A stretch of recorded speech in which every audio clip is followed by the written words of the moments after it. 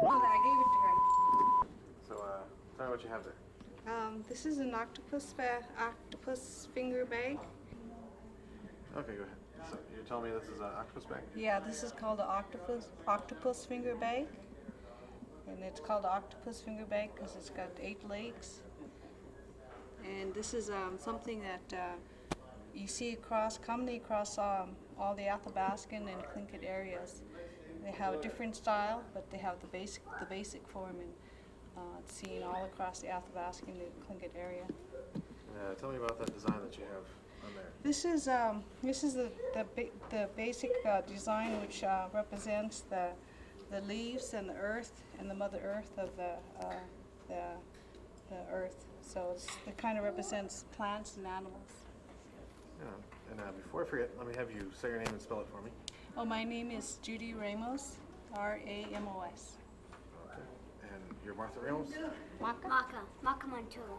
Okay, and spell that for me. Makamonture. Maka Monture. These tell are me my what you have there. moccasins my mom made. I think these are made out of sealskin. And then here is black rabbit fur, both of them. And then my mom put a design of flowers on. Yeah, show me the design.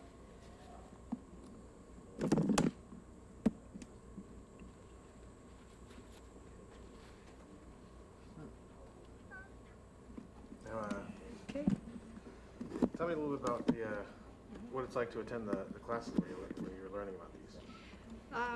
It's a real enjoyable time because we can get together with artists and just bead and talk and share designs and share beading techniques. And I think it's a good way to exchange ideas. And we have someone to bounce our ideas about what will work better and what will be helpful to us when we're working on our art piece. And tell me about, maybe go out to the bar or something. I mean, talk about what's your experience with that? Well, that's true. In Yakutat, you don't have malls, you don't have theaters, you don't have fast food restaurants. And so, like in the wintertime, all the restaurants are closed. And so it's a good way of people to get together with their children in a non-alcoholic environment or things like that with other families and be together. And what do you think so far? It's been enjoyable and learning how to do new crafts. And has your daughter been learning some things as well? Yeah, she's beading. She's beaded a couple of flowers. Some flowers, a butterfly. And a butterfly. And one that says mom. She beaded for Mother's Day, mom for me in beads. Right. How did that make you feel? How did it make you feel? It just made me feel good. That's good. It was a good shot. Yeah, turn it this way so the face This way? is going that way. And yeah, show me the hair that's on there. What's his name? Jeremiah? Yeah.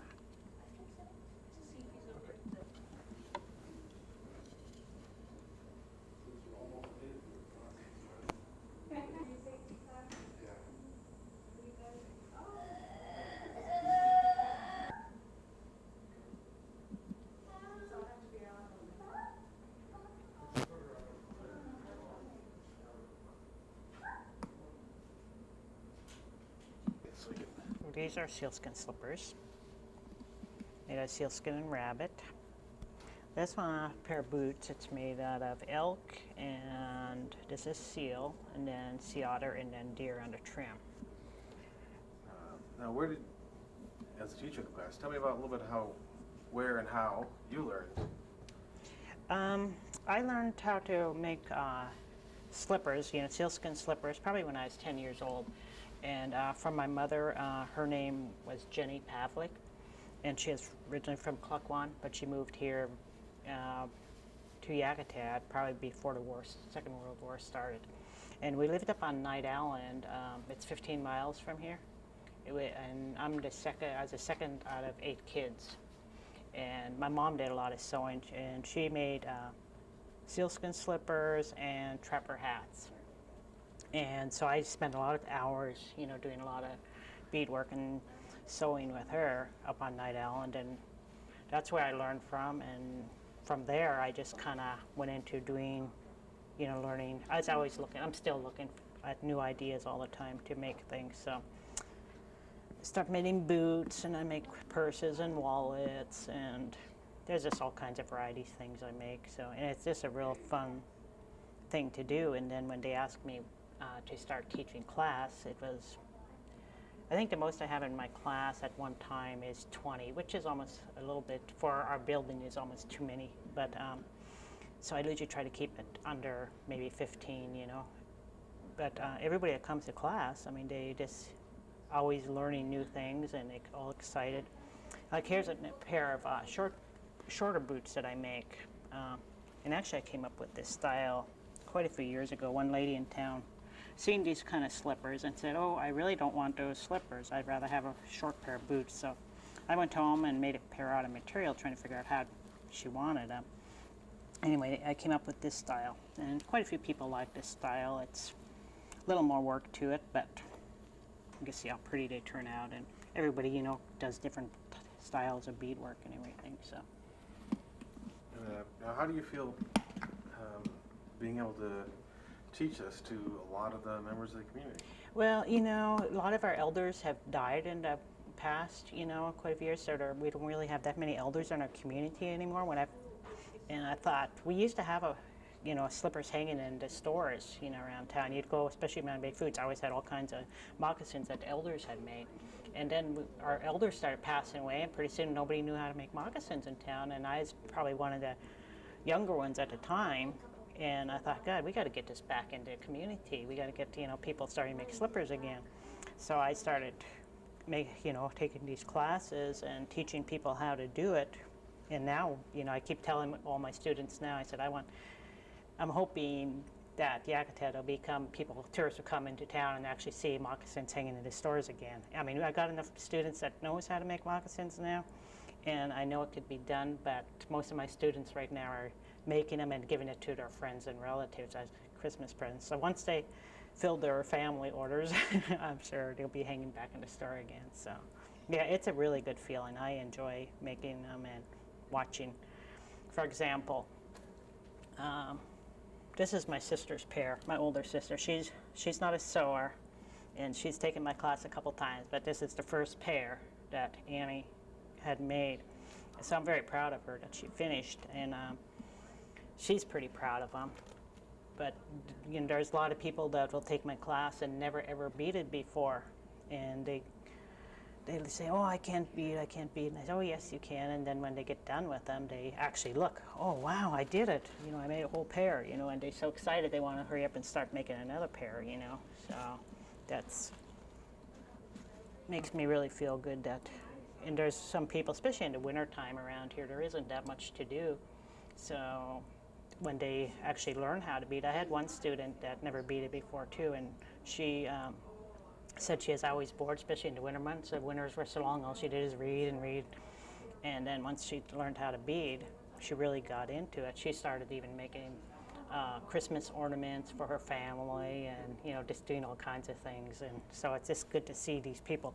They have the talent is there. They just need somebody to kind of push them along, and and then they realize they could do it. So how do you feel that what you're doing, how do you relate that to the idea of wellness? Well, it's I do it classes like Monday, Tuesday, usually 3 nights a week. Monday, Tuesday, and Wednesday, I usually like to do it, and sometimes later in the week. But there's other students that take in my class, and they say, there's really not much to do here in Yakutat, and it's so good to come out, and have a place to go in the evening instead of going to the bar. And there's been students that came to me and said, geez, I don't even really drink anymore. I have so much fun beading at home. I found something that, I could actually do. And once I start beading, it's like addiction. They feel like they really, they can't put the needle down. They want to hurry up and finish their project or something. So there's been, or people that have been depressed or something. They learned how to bead, and and then they came out of that because they have a project now to do. And almost everyone that's taken my classes are continuing to bead. I mean, it's just, it just really makes me feel good that you can see what they're doing now. in their finished project and everything, and they really feel good about that themselves. You know, it's not just I feel good, but you know, they feeling good about themselves that they can do stuff. I know I had just this last class, I had this elderly lady that was, you know, she thought she could even bead, you know, and this past winter she had made a couple pairs of moccasins. She's made a dance bib, and she really enjoys a class, and you know, she just looks forward to coming. You know, and then there's other people that are new in the community that maybe don't know anybody, you know, and they come to class, and it's a place for them to come and meet the local people in our community and just kind of act with different people and, you know, visit with each other, where they said, well, before they just go to work and go home and not know anybody, you know, and now they're getting to know other people, and it makes them feel good. They have a place to go, you know, and so it's been really rewarding, you know, not only for me, but I know for the students, they've been really, you know, really pleased with their work, and a lot of them are continuing to bead and always ask me when I'm doing my next class. You know, they always want to know what I'm doing next, and they can't wait for the class to start up again, you know, so it's been lots of fun. Yeah. All right, and one more thing. What does wellness mean to you? What does wellness mean to me? To me, it means just coming together and sharing your different talents, and just doing a lot of fun things, like, you know, like our sewing. And you know, a lot of times when we're sitting around sewing, we, you know, sometimes people have their problems and they'll talk about them, you know, or either we just sit around, you know, as we're sewing, we, you know, tell each other sometimes somebody's not feeling that good or something, and they have somebody to talk to, you know, and so it's good to, you know, people need that, you know, somewhere to talk with each other and stuff. So I think, you know, it's a good program, and you know, it's just, I mean, to me, we never have enough time in the day, I don't, to do everything I want to do, but, you know, and a lot of the students too, when they're there, they look at the clock, because I get there at 5:30 and class starts at 6 and it's over at 9. So, and a lot of them are beating away, and then all of a sudden they say, oh, it's already 9 o'clock. Oh, I don't want to go, you know. But, you know, time goes by pretty fast when you're busy.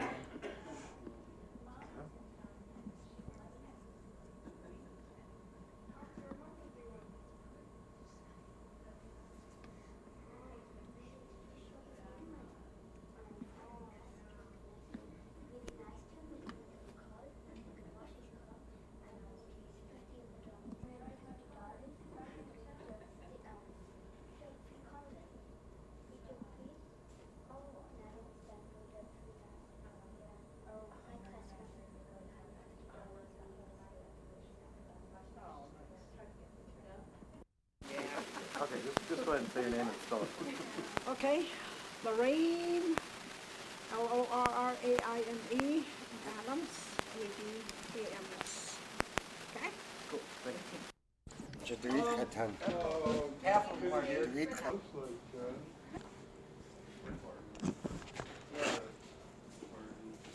This is what I'm making right here. I'm making this dance staff. It represents a raven. This was a photo from 1904 potlatch in East Yakutat. Lupnakari Koho people are invited to sit for potlatch. I'm making it out of yellow cedar. Right now I'm just shaping the board. And, tell me a story where you got this wood. Where I got this wood? Yeah. I'm not sure where we got this wood. How did you guys go and take the Oh tree no, and- it was shipped into Yakutat. There's no okay. yellow cedar is not native to Yakutat area, Oh, yeah. so we had to order it for this project. We were doing a panel project here that was put together by one of the programs here, and we ordered some wood from down in Juneau. They probably got it from another smaller community, and it was already milled out, rough cut, and what I'm doing in this class, I'm assisting Fred Bemis. He's the master carver here. I've got I've been carving for about 6 years now on personal projects, and you've seen a dance staff I did in another shot he did with a relative of mine. And what I do is I speak Tlingit fluently. I'm the youngest fluent speaker, and I'm from Yakutat. And my part in this carving project is teaching Tlingit, naming the woods, the tools, the paint colors, clans, the Tlingit names for the crests, and then we've got a list of sayings that are derived from those lists. I have the pamphlet here. Well, let's see. Then there's going to be like a 4-foot handle here to hold it up. And this is my dog Phoebe. Is that thing recording? Yeah, right now, this one. The sound? Yep. Another shot of that potlatch, and here's the dance staff that I'm carving. You know the bugs that crawl around. This here is my grandfather Charlie White. Yeah, hold that real steady and point. Yeah. Point, I don't know. point out your grandfather again. Right here, Slugs Charlie is White. not bugs. And the staff that you're making. There's something else. I don't And know this what they here's the call staff that I'm making. them. No, that would be Lisa's. Lisa Nelson. So, is it fairly common for you to do research in this way and make reproductions of older pieces like that? That's what I've been doing lately. And like the dance staffs, the one that I did for Shane is the Copper River dance staff. It belongs to them.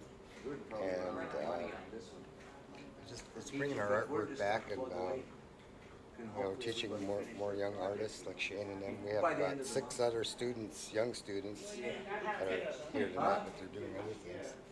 So We'll have my everything. part in this class is, anyway, I was going to tell you I was raised by Charlie White. That's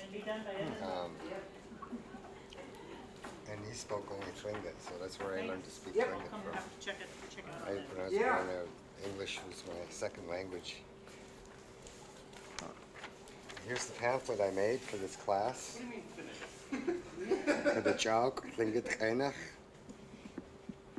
means carving in Tlingit. And this here is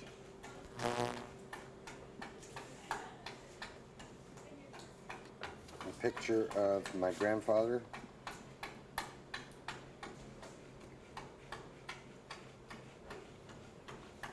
With some of his artwork, his canoes and bedwood boxes. A lot of people have these in their collection. And here's the list I made of what we're teaching in the language class here.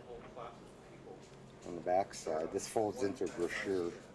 On the back side here, it gives you more of the Tlingit. Gives you the names of the woods, the tools, the Tlingit names, colors, crests, the Tlingit names, clans. These are the clans of Yakutat today.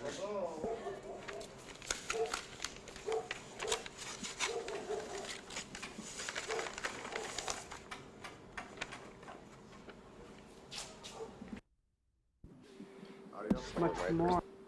Anyway, So you're talking about the photograph. on our artwork, we're talking about doing copies of those dance staffs, because I think why we're all doing them is they're part of our family. The people in those photographs are our family, our grandparents, and it's only proper to do them. Bring them back again so the people in Yakutat can see them and use them in the dance groups here. And that's what kind of artwork I've been doing, and people have been ordering. I make boxes and do their crests on the top, on the lid, like jewelry boxes and stuff. And I do that type. People have special requests for that. And now when you see some of the pieces that you've worked on actually being used, like in a dance? Yeah, I've done one, the Copper River dance staff that Shane Brown has. That is being used today for dancing. Now, how does that make you feel when you actually see that in action? I like to see the proudness in his face when he's using it and what it means to him.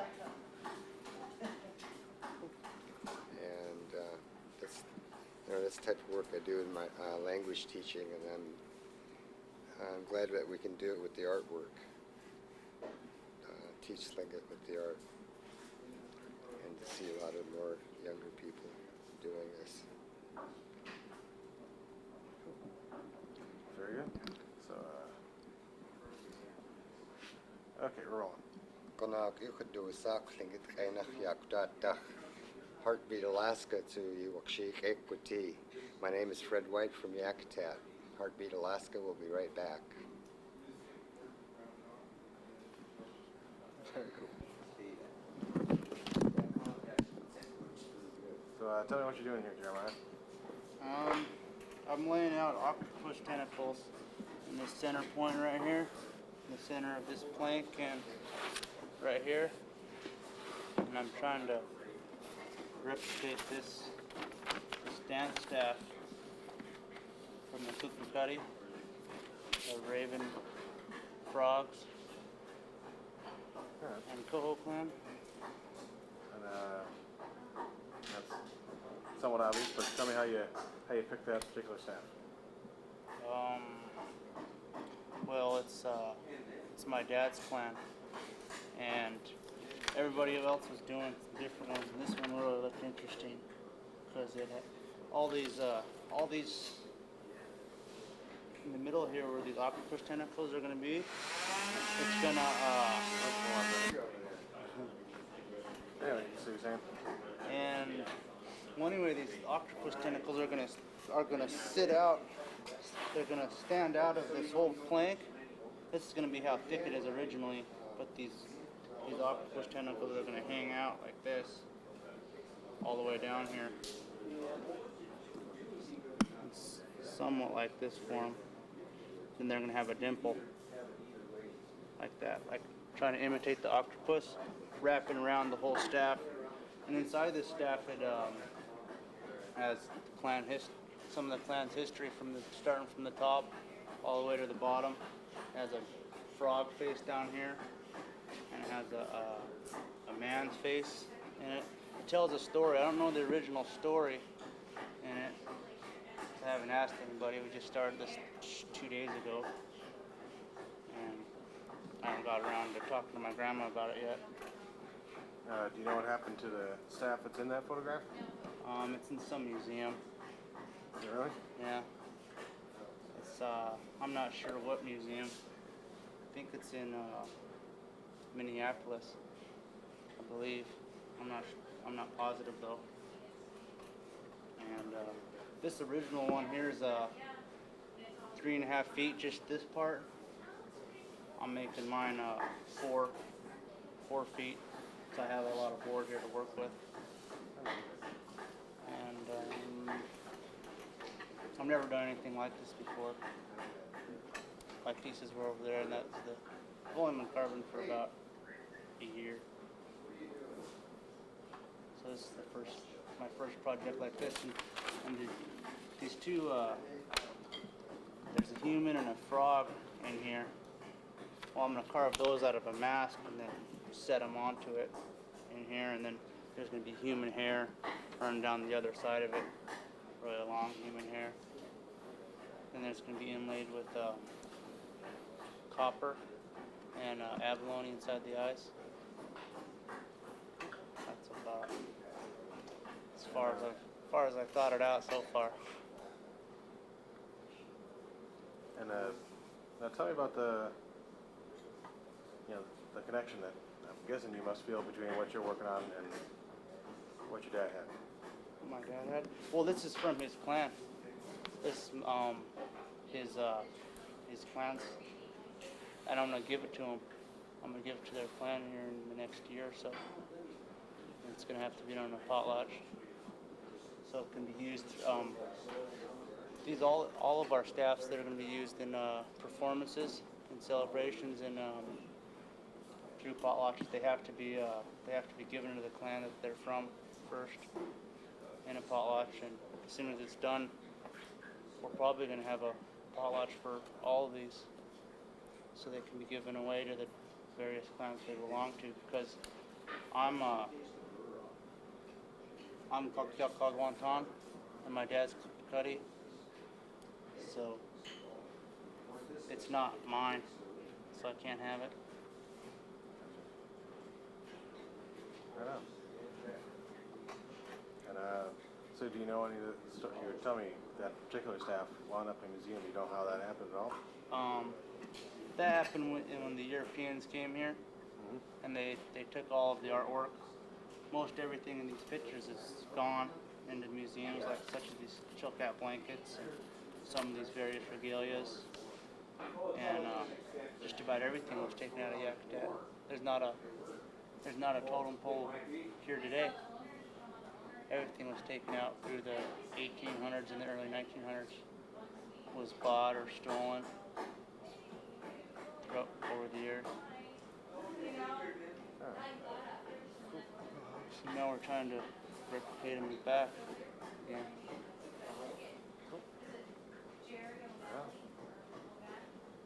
All right. I think we got a long one coming now.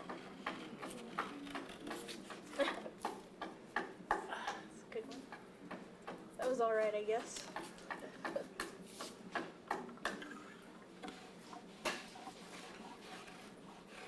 Fred, how many years have you Eversell is from out of town, out of state.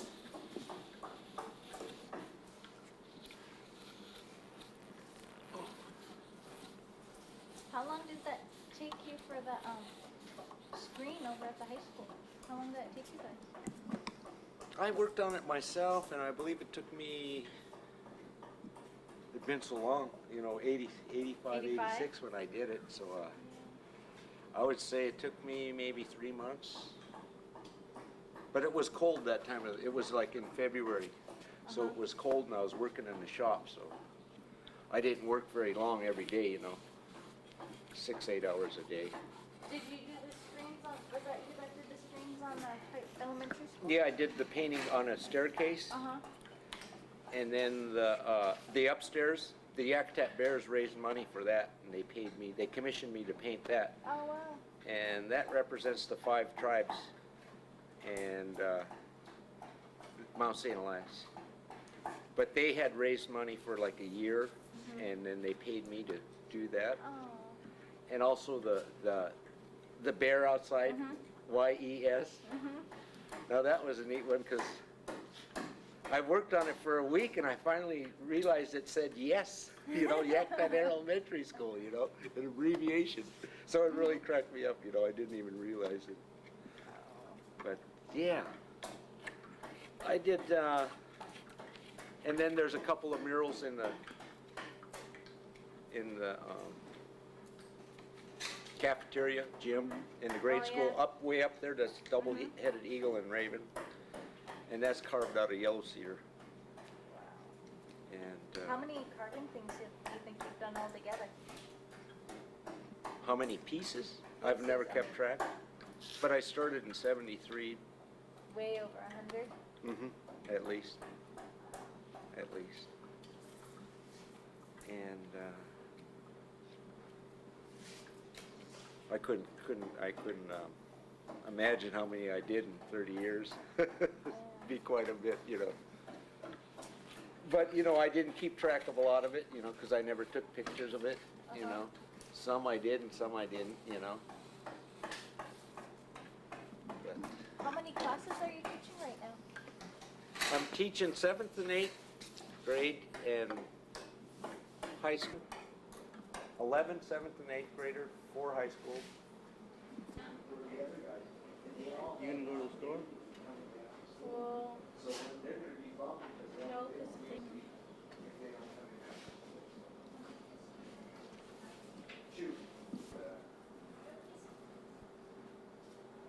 Could you just tell me your last name and how you spell it? James. It's my last name. Okay. Jeremiah, Jeremiah.